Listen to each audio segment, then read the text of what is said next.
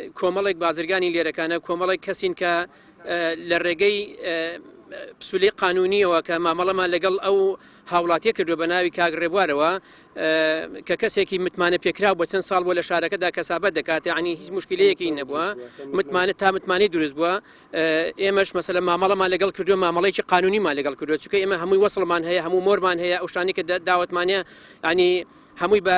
بە شێوەیەکی قانونی مامەڵەمان لەگەڵ کردووە ئێستا ئەو برادەرە خۆی لە شاردوونێتەوانێ و کۆمەڵێک پارەی ئەم هاوڵاتیانی بردووە کە ڕای کردو بۆ دەرەوەی وڵات دەوێت ینی لەوەکانە ینی لە دەرەوەی وڵات نزیکەی $30 دەوێت لە دەرەوەی وڵات بزنسی پێ بکات تەنانەت خانووەکەشی خستۆتە 2 ڕۆژ 3 ڕۆژ پێشەوەی بڕوا خستوێتە سەر خێزانەکەی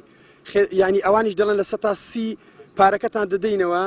بەڕاستی ئەوەکەی کریش دەبێت تا ئەودی محکەمەمە بۆ بکەن کە بەلای دانێنەوە